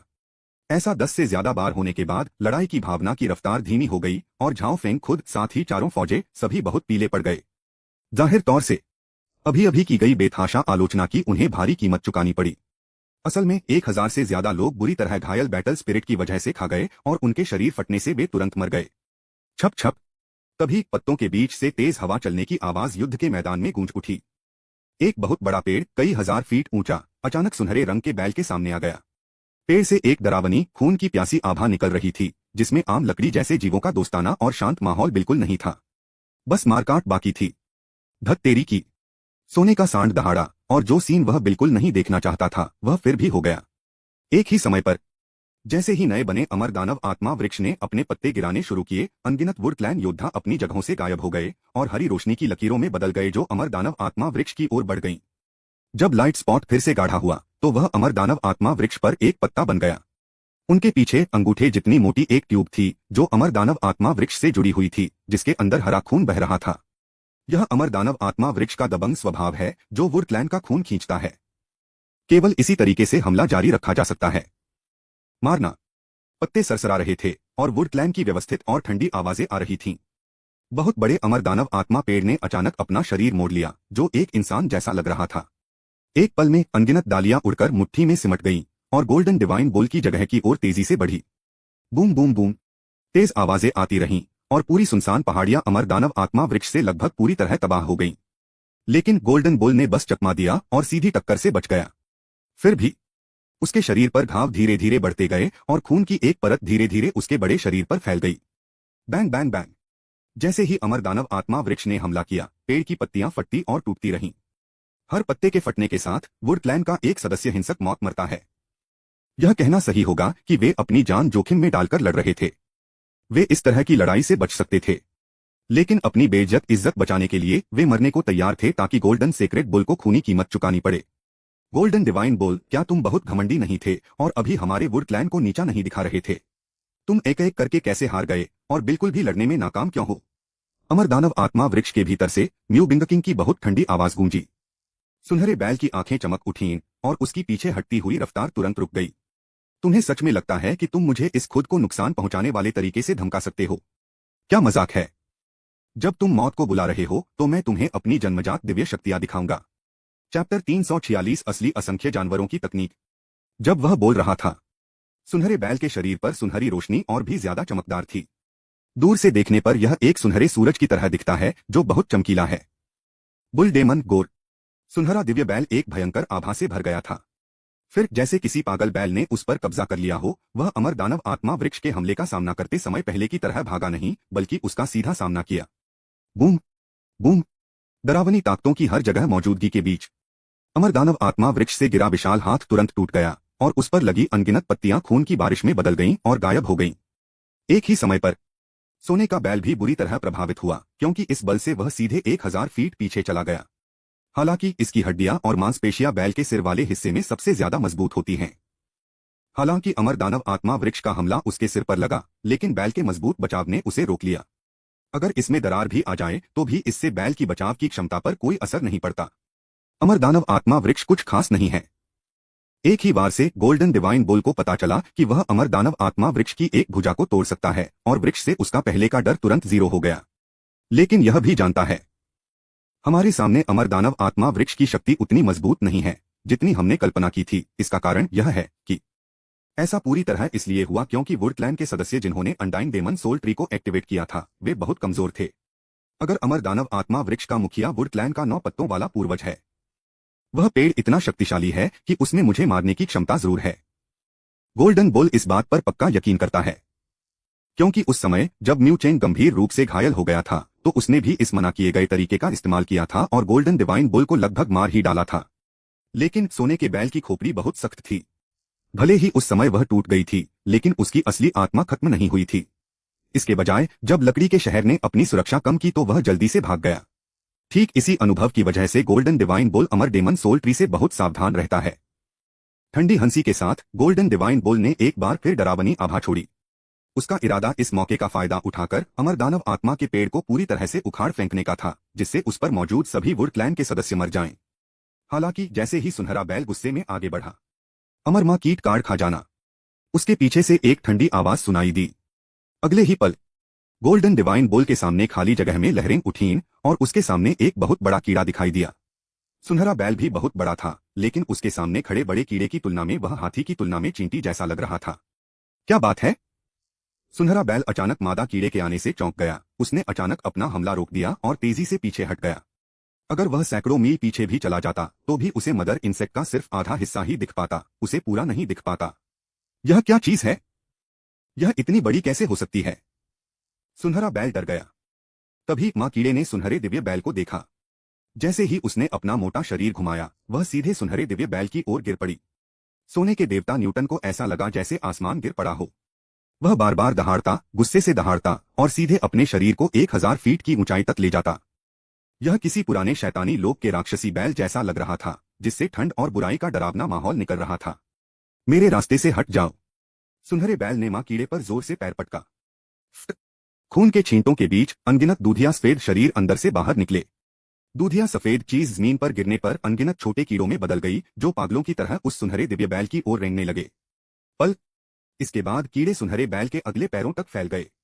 उसके अगले पैर से लगातार फटने जैसा दर्द उठ रहा था। तभी सोने के बैल ने देखा कि उसके पैरों के पास क्या हो रहा है। जैसे ही वह दहाड़ा, उसके शरीर से एक तेज दिव्य शक्ति निकली, जिसने लार्वा को चूर चूर कर दिया। फिर भी मदर वर्म के फटने के बाद भी अनगिनत लार्वा रेंगकर बाहर निकले और उस पर पागलों की तरह झपटे, जैसे उन्होंने सोने के बैल को चुन लिया हो। आमतौर पर हिम्मती और रौबदार गोल्डन बुल भी तब हैरान रह गया जब उसने अनगिनत लार्वा को अपनी ओर आते देखा। उसने कभी सोचा भी नहीं था कि एक नुकसान न पहुंचाने वाला मां कीड़ा इतने बड़े लार्वा को जन्म दे सकता है, जिससे उसे बेचैनी भी हो रही थी। धत तेरी की! गोल्डन बुल दहाड़ा, लेकिन पीछे बिल्कुल नहीं हटा। इसके बजाय वह आगे बढ़ा। गोल्डन बुल कबीले की अंदरूनी दिव्य शक्ति को बाहर निकाला और मदर कीड़े को कुचल दिया। तथापि इसके एक्शन से मदर इंसेक्ट के अंदर का लार्वा पूरी तरह से बाहर आ गया। अनगिनत पतले, एकदम सफेद, फड़फड़ाते शरीर, जैसे उन्हें अचानक कोई रास्ता मिल गया हो, सीधे सुनहरे बैल के शरीर में घुस गए। भले ही उसने इन लार्वा को रेंगते हुए खत्म करने के लिए अपनी दिव्य शक्ति का इस्तेमाल किया हो, लेकिन लार्वा की संख्या बहुत ज्यादा है, लगभग कभी न खत्म होने वाली, और उन्हें पूरी तरह से मारना नामुमकिन है। पहली बार सुनहरे बैल के चेहरे पर डर दिखाई दिया। इस बच्चे ने किस तरह की अजीब तरकीबें इस्तेमाल की? सुनहरा बैल डर गया, लेकिन उसने रुकने की हिम्मत नहीं की। वह कीड़ों के समुद्र से बचने के लिए पीछे की ओर उड़ गया। तथापि जैसे ही वह पागलों की तरह पीछे हटा, उसमें खून की तेज तीखी गंध आ रही थी। इससे पहले कि वह मुड़ भी पाता, एक बहुत ठंडी आवाज उसका इंतजार कर रही थी। 10,000 जानवरों की तकनीक। सुनहरे बैल ने अपने पीछे एक खूंखार, खून जैसे लाल विशालकाय जानवर की हल्की सी झलक देखी। उसे उस भूतिया जानवर से निकलने वाली बुरी भावना का एक घना ऑरा महसूस हुआ, इतना तेज ऑरा कि उसे भी अपनी रीढ़ की हड्डी में ठंडक महसूस हुई। वह भागना चाहता था। यह असंभव है। जैसे ही उसने यह सोचा, उसके पीछे से खून जैसे लाल रंग के विशालकाय भूत ने हमला कर दिया। बूम! एक बड़े जानवर के अजीब सा भूत ने एक मुक्का मारा। इस पंच में फाड़ने वाली, हावी होने वाली और जबरदस्त ताकत थी, जिससे एक समय घमंडी गोल्डन बुल को दूसरी बार डर लगा। पहला तभी वुडन सिटी ने अमर रक्त आत्मा वृक्ष का इस्तेमाल करके उस पर जानलेवा वार किया, जिससे वह लगभग मर ही गया था। उसके बाद फिर कभी वह जानलेवा खतरा महसूस नहीं हुआ। पर अब वह एहसास, जो लगभग 1000 साल से गायब था, फिर से उभर आया है। टकराना। खून की बौछार के बीच सुनहरे बैल का बायां पिछला पैर फट गया। ओह! उसके बाएं पिछले पैर से पूरे शरीर में तेज दर्द हुआ और सुनहरे बैल ने अपनी जिंदगी की सबसे तेज और दुख भरी चीख निकाली। तथापि इस आवाज से उसके पीछे मौजूद खतरनाक भूत को जरा भी दया नहीं आई, क्योंकि यह सिर्फ सभी जानवरों के गाढ़े सार और खून का एक प्रोडक्ट है। यह पहली बार था जब झाओ फेंग ने सच में मिरियड बीस्ट्स टेक्निक का इस्तेमाल किया था। सभी जानवरों के खून के एसेंस से पावर्ड उस बड़े जानवर के फैंटम में भयानक लड़ने की ताकत थी, जो किसी भी तरह से गोल्डन डिवाइन बुल से कम नहीं थी। वे शायद 3 पॉइंट्स ज्यादा मजबूत भी हो सकते हैं। यह बात अभी की लड़ाई की स्थिति से पहले ही देखी जा सकती है। उस बड़े जानवर का अजीब सा भूत जोश में दहाड़ा और एक और मुक्का मारा, इस बार सुनहरे बैल के दाहिने पिछले पैर पर निशाना साधा। इस अजीब से भूत जैसे जानवर में कोई चेतना नहीं थी। इसके होने का सिर्फ एक ही मिशन है, सुनहरे दिव्य बैल का नाश करो। चैप्टर 347 घूंसे की बौछार से गोल्डन डिवाइन बुल की मौत हो जाती है। बूम! सुनहरे बैल के दाहिने पिछले पैर का भी वही हाल हुआ जो उसके बाएं पिछले पैर का हुआ था, और बहुत ज्यादा जोर से वह तुरंत टूट गया और खून की बौछार में बदल गया। पिछले पैरों के पूरी तरह टूट जाने से गोल्डन बुल को बहुत नुकसान हुआ। इससे पहले कि वह अपने आगे के 2 पैरों से मिली हल्कीपन का आनंद ले पाता, उसका शरीर एक छोटे पहाड़ की तरह पीछे की ओर गिर गया। वह जोरदार आवाज के साथ जमीन पर गिर पड़ा। एक ही समय पर उस भयानक जानवर ने बिना किसी हिचकिचाहट के एक और मुक्का मारा। इसका लक्ष्य स्पष्ट रूप से सुनहरे बैल का पेट था। मुश्किल के समय गोल्डन डिवाइन बुल जोर से दहाड़ा और अपनी अंदर की डिवाइन पावर को बाहर निकाला। जिस समय वह राक्षसी भूत उसके पेट पर हमला कर रहा था, उसी समय उसने भी हमला किया और राक्षसी भूत के सिर पर वार किया। टकराना। धमाका। दोनों जानवरों से 2 बिल्कुल अलग लेकिन धरती हिला देने वाली आवाजें निकली।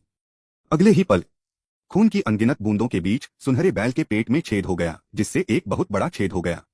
उस खतरनाक जानवर के सिर को सुनहरे दिव्य बैल ने टुकड़े टुकड़े कर दिया और वह कुछ नहीं रह गया। फिर भी उस खूंखार जानवर की खतरनाक ताकत गायब हो गई और जैसे ही वह दहाड़ा, वह एक बार फिर सुनहरे दिव्य बैल से टकरा गया। दो बेमिसाल दिव्य जानवर जिंदा रहने के लिए एक बहुत ही रोमांचक और खूनी लड़ाई में लगे हुए थे। अंतिम गोल्डन डिवाइन बुल ने 3 डरावने मुक्के मारकर उस राक्षसी फैंटम जानवर को चकनाचूर कर दिया। लेकिन इससे पहले कि वह राहत की सांस ले पाता, अमर दानव आत्मा वृक्ष, जो पूरी लड़ाई के लिए तैयार इंतजार कर रहा था, और नई बनी बैटल एरे स्पिरिट ने एक साथ हमला किया और गोल्डन डिवाइन बुल के कंधे की हड्डी पर बाएं और दाएं से वार किया। Click click. सुनहरे रंग के दिव्य बैल के कंधे की हड्डी से हड्डियों के टूटने की तेज आवाजें तुरंत गूंजने लगीं। एक ही समय पर इसका बड़ा शरीर 2 जबरदस्त ताकतों से ऊपर उठा और पहले से तय जगह की ओर गिरा।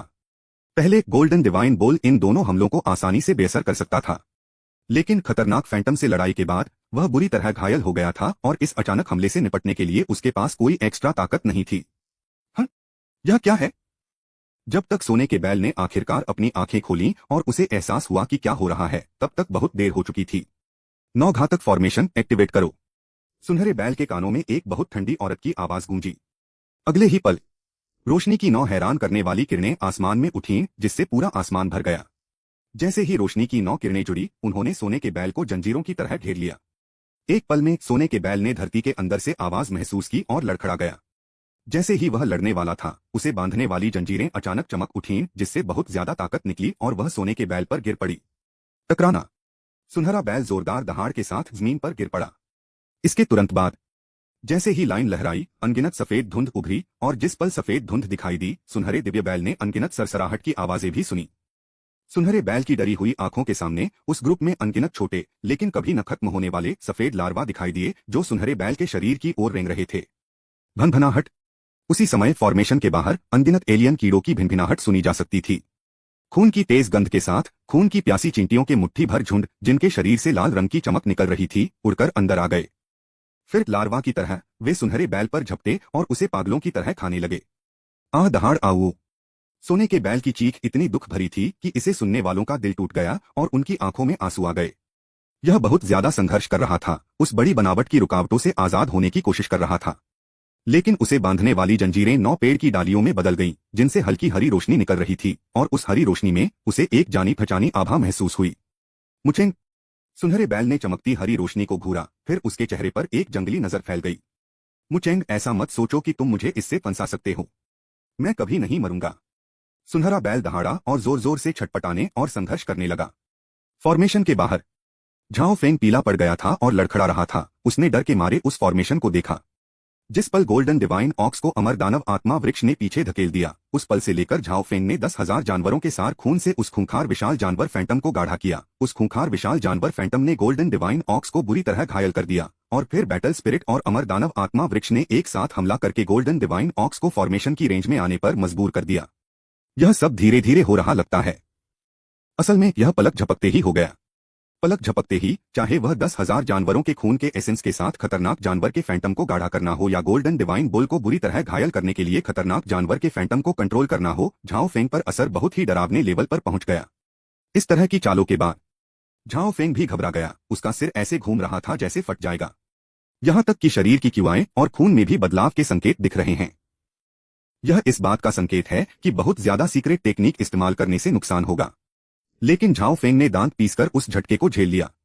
वह जानता था, मैं बेहोश नहीं हो सकता या गिर नहीं सकता, क्योंकि देवताओं को मारने के इस युद्ध में लड़ाई की शुरुआत से लेकर अब तक जीत का पलड़ा अब थोड़ा थोड़ा उसके पक्ष में झुकना शुरू हुआ है। मैं इस जरूरी पल को बिल्कुल भी मिस नहीं कर सकता। ज़ॉम्बी सेना हटो।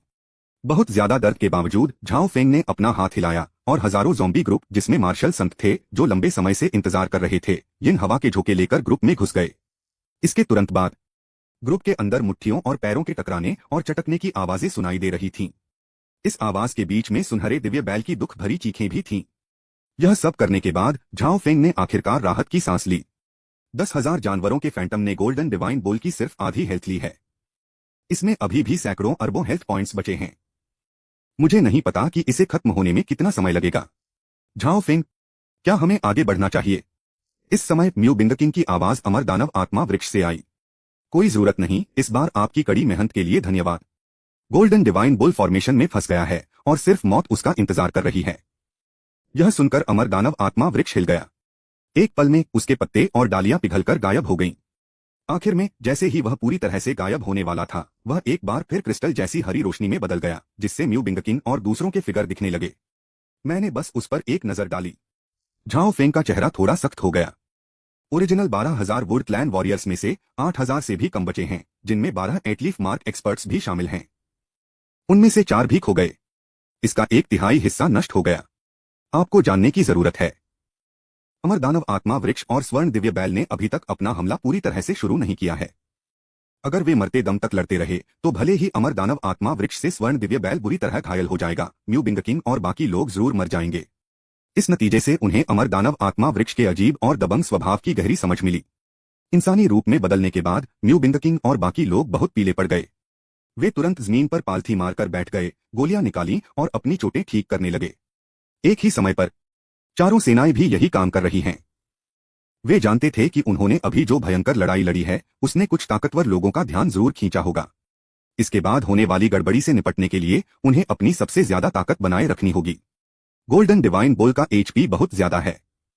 जॉम्बी की भीड़, खून खाने वाली चींटियों के झुंड और अनगिनत लार्वा को उस पर हमला करने में लगभग 1 घंटा लगा, इससे पहले कि उसका एचपी बार आखिरकार खत्म हो गया। अध्याय 348 विस्फोट विस्फोट विस्फोट। इसे मेरे लिए छोड़ दो। जॉम्बी सेना से मिली जानकारी से झाओ फेंग को पता चल गया कि गोल्डन डिवाइन बुल मरने वाला है। तुरंत ही उसके चेहरे पर एक खुली खुशी छा गई। जैसे ही वह आगे बढ़ा, उसने यूशी को हल्का सा सिर हिलाया, जो फॉर्मेशन को कंट्रोल कर रहा था, और फिर फॉर्मेशन में एक दरार से निकल गया। जैसे ही वह अंदर घुसा, झाओ फेंग ने देखा कि सुनहरा दिव्य बैल 9 पेड़ की डालियों से दबा हुआ स्टारफिश की तरह जमीन पर पड़ा है। वाह, क्या मोहक पोज है। क्या मैं गलत समय पर आया हूं? इस समय सुनहरे बैल में वह खूंखार और रौबदार रूप नहीं था जो उसे याद था। जो कुछ बचा था वह था कभी न खत्म होने वाली कमजोरी और दुख। ऐसा लगता है कि अगर आप इसे दोबारा मुक्का मारेंगे तो यह मर जाएगा। लेकिन यह तो सोने के बैल की हालत है। झाओ फेंग को देखते ही उसकी धुंधली आंखों से अचानक एक चमकदार रोशनी निकली और उसकी आभा एक तेज धार की तरह झाओ फेंग की ओर बढ़ी। मैं तुम्हें मार डालूंगा, मार डालूंगा। सुनहरा दिव्य बैल दहाड़ा। हालांकि यह 9 पेड़ की शाखाओं की जकड़ से आजाद नहीं हो सका। तुमने कभी नहीं सोचा था कि तुम जैसा दिव्य जानवर एक दिन मेरे हाथों मरेगा। बेचारे गोल्डन डिवाइन ऑक्स को देखकर झाओ फेंग ने वह सारा गुस्सा निकाल दिया जो उसने 3 महीने से लगातार पीछा किए जाने के दौरान अपने अंदर रखा था। उसके ठंडे चेहरे पर एक मजाकिया मुस्कान आ गई। तुम मुझे नहीं मार सकते। मैं यह स्वीकार नहीं करूंगा। सोने के बैल ने दांत पीसकर अपनी क्रूरता दिखाने की कोशिश की, लेकिन उसकी कमजोरी ने उसका पता दे दिया। तुम्हें यकीन नहीं है तो मैं तुम्हें तब तक पीटूंगा जब तक तुम हार नहीं मान लेते। झाओ फेंग ने ठंडी मुस्कान दी, भगवान को मारने वाला भाला पकड़ा और सीधे उस पर वार कर दिया। भगवान को मारने वाला भाला आसानी से सुनहरे दिव्य बैल के मांस और त्वचा में घुस गया और उसकी झिल्ली में गहराई तक धंस गया। लेकिन शायद इसलिए कि खून खाने वाली चींटियों ने खून चूस लिया था, गोली लगने से खून की एक भी बूंद नहीं निकली। क्या आप आश्वस्त हैं? मैं इसे स्वीकार करने से इनकार करता हूं। पफट। क्या आप आश्वस्त हैं? मैं इसे स्वीकार करने से इनकार करता हूं। पफट। झाओ फेंग को पता नहीं था कि उसने कितनी बार किसी को चाकू मारा था या कितनी बार पूछा था कि क्या वे मान गए हैं। वह बस इतना जानता था कि आखिर में गोल्डन बुल बुरी तरह घायल और बेहोश हो गया था, लेकिन उसमें जवाब देने की ताकत भी नहीं थी। सिर्फ एक बूंद खून बचा है। झाओ फेंग ने गोल्डन डिवाइन बुल के लगभग खाली हेल्थ बार को देखा, उसके होठों पर मुस्कान आ गई। अगर ऐसा है तो मैं तुम्हें तुम्हारे रास्ते पर भेजने के लिए अपना सबसे मजबूत अटैक इस्तेमाल करूंगा। लेवल 2 बेस्कर।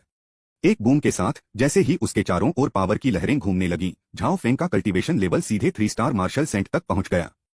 भगवान को मारने वाला भाला मजबूती से हाथ में लेकर उसने उसे एक पल में बाहर निकाल दिया। यह वार बिजली की तरह तेज और बिजली की तरह तेज था, जिसने झाओ फेंग की मार्शल आर्ट की ताकत को पूरी ताकत से हमला बना दिया। यह झाओ फेंग का सबसे जोरदार वार था। बैंगनी बिजली की एक मोटी किरण हैरानी की तेजी से सुनहरे बैल के माथे की ओर तेजी से बढ़ी। धमाका। क्लिक करें। सोने के बैल की खोपड़ी तुरंत भगवान को मारने वाले भाले से छेद दी गई और 2 टुकड़ों में बंट गई। उसके सिर पर लगी ब्लड बार में खून की आखिरी बूंद तुरंत खाली हो गई। ब्लड बार कुछ बार चमका और फिर गायब हो गया। काटना। Lord level boss golden divine bull को मारने और 300,000,000,000 experience points, 300,000,000,000 true power points और 300,000,000,000 डिवाइन स्किल प्रोफिशिएंसी पाने के लिए प्लेयर झाओ फेंग को बधाई। Lord level boss golden divine bull को मारने और god level golden bull bloodline complete पाने के लिए प्लेयर झाओ फेंग को बधाई। Lord level boss golden divine bull को हराने और god level golden beast core पाने के लिए प्लेयर झाओ फेंग को बधाई। Lord level boss golden divine bull को हराने और divine skill 9 transformations of the bull demon पाने के लिए प्लेयर झाओ फेंग को बधाई। Lord level boss golden divine bull को हराने और वोर गॉड शोल्डर आर्मर पाने के लिए प्लेयर झाओ फेंग को बधाई। Lord level boss golden divine bull को हराने और वोर गॉड नेकलेस पाने के लिए प्लेयर झाओ फेंग को बधाई। Lord level boss golden divine bull को हराने और वोर गॉड रिंग पाने के लिए प्लेयर झाओ फेंग को बधाई। Lord level boss golden divine bull को हराने और वोर गॉड बूट्स पाने के लिए प्लेयर झाओ फेंग को बधाई। Lord level boss golden divine bull को हराने और वोर गॉड बेल्ट पाने के लिए प्लेयर झाओ फेंग को बधाई। Lord level boss golden divine bull को हराने और वोर गॉड हेलमेट पाने के लिए प्लेयर झाओ फेंग को बधाई। Lord level boss golden divine bull को हराने और वोर गॉड्स ब्रेसर्स पाने के लिए प्लेयर झाओ फेंग को बधाई। Lord level boss golden divine bull को हराने और वोर गॉड स्पीयर पाने के लिए प्लेयर झाओ फेंग को बधाई। काटना, प्लेयर झाओ फेंग को लेवल अप करने पर बधाई। अब आप एक स्टार मार्शल सेंट हैं। डिवाइन बीस्ट को प्लेयर के पहले किल की वजह से सिस्टम ने एक एक्स्ट्रा लेवल रिवॉर्ड दिया है और प्लेयर का अभी का कल्टीवेशन लेवल अब 2 स्टार मार्शल सेंट है। काटना, टाइम्ड एलिमिनेशन मिशन पूरा करने के लिए प्लेयर झाओ फेंग को बधाई। क्वेस्ट रिवॉर्ड से एक लेवल ऊपर एक god level summoning card, permanent immortal technique, ice age, god slayer title. हे भगवान, हे भगवान, हे भगवान। इस समय केवल ये 2 शब्द ही झाओ फेंग की खुशी और हैरानी को बता सकते हैं, यह जानते हुए भी कि सोने के बैल को गिराने पर बहुत बड़ा इनाम मिलेगा। लेकिन किसी को उम्मीद नहीं थी कि इनाम इतना बड़ा होगा। दिव्य बीस्ट ब्लड लाइन और बीस्ट कोर के स्टैंडर्ड फीचर्स को छोड़कर इस बार एक दिव्य हुनर सामने आया और यह दिव्य हुनर साफ तौर पर गोल्डन डिवाइन बुल की जन्मजात दिव्य शक्ति है। यह एक अलग कहानी है। फिर वोर गॉड आर्मर के 8 और पीस असल में दिखाई दिए और पिछले वोर गॉड क्लोक के साथ पूरा सेट पूरा हो गया। अधिक महत्वपूर्ण बात और भी अधिक महत्वपूर्ण बात, उन्हें लगातार 3 रैंक पर प्रमोट किया गया। अभी 9 स्टार मार्शल एम्परर के दायरे के पीक से वह तुरंत 3 स्टार मार्शल सेंट के दायरे में आ गया। निश्चित रूप से जिस बात ने झाओ को सबसे ज्यादा हिला दिया और हैरान कर दिया वह था टाइम पर हुए एलिमिनेशन मिशन का इनाम। Item, character summoning card, rank God level.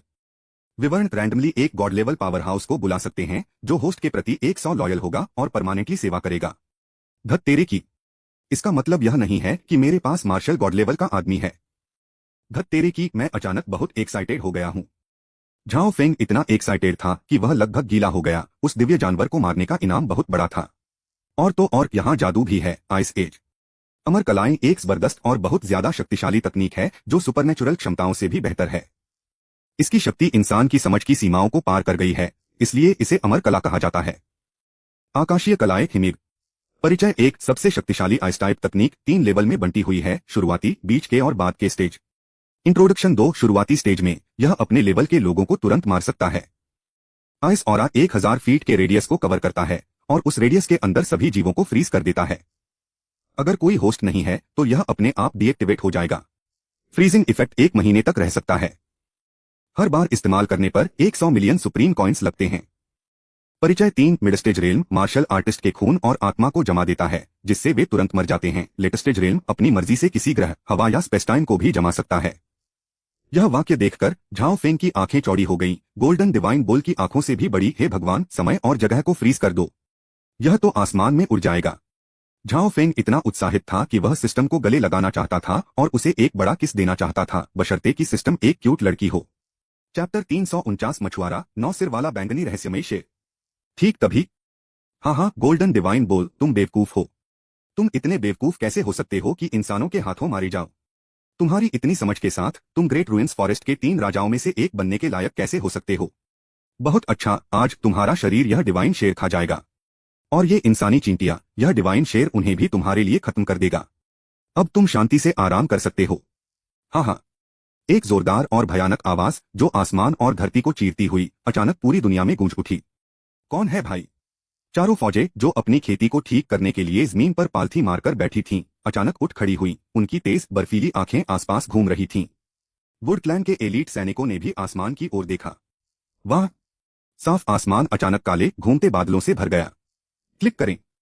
अंधेरा आसमान अचानक एक बहुत पतली दरार से फट गया। इसके तुरंत बाद दरार से 2 बड़े खूंखार जानवरों के पंजे निकले और फिर जोर से उसे फाड़ दिया। आसमान बीच से फटे कागज के टुकड़े जैसा था जो तुरंत एक बड़े घाव के साथ फट गया। दरार से एक बहुत बड़ा 9 सिर वाला राक्षस निकला जो अपने दबदबे और क्रूरता का एहसास दे रहा था। जैसे ही 9 सिर वाला राक्षस बाहर आया, उसके शरीर से अचानक गोल्डन डिवाइन बुल से भी ज्यादा ताकतवर पावर वेव निकली। पलक झपकते ही फोर्स में फंसा कोई भी व्यक्ति कराहेगा और पीछे की ओर लड़खड़ाएगा, उसका चेहरा पीला पड़ जाएगा। जो लोग कमजोर थे उन्हें इस जोर से इतना झटका लगा कि उनकी उल्टी में खून आ गया और उनके चेहरे पर डर साफ दिख रहा था। भगवान, दिव्य जानवर। राजा चूलिंग और म्यू बिंगकिंग एक ही समय में बड़ी बड़ी आंखें करके देखने लगे। उनकी आंखों में अविश्वास और डर भरा हुआ था। उन्होंने कभी उम्मीद नहीं की थी कि सोने के बैल को गिराने के लिए इतनी परेशानी उठाने के बाद पलक झपकते ही एक और दिव्य जानवर प्रकट हो जाएगा। पौराणिक जानवर कब सड़क किनारे की गोभी की तरह हो गए, इतने बेकार कि आप कहीं भी उनमें से दो को देख सकते हैं। लेकिन सदमे के साथ साथ वे और भी डर गए थे। जिस तरह से यह काल्पनिक जानवर दिखाई दिया और उसने जो रवैया दिखाया, उससे लगता है कि वह सिर्फ गुजर नहीं रहा था, बल्कि उसने लंबे समय से इसकी योजना बनाई थी।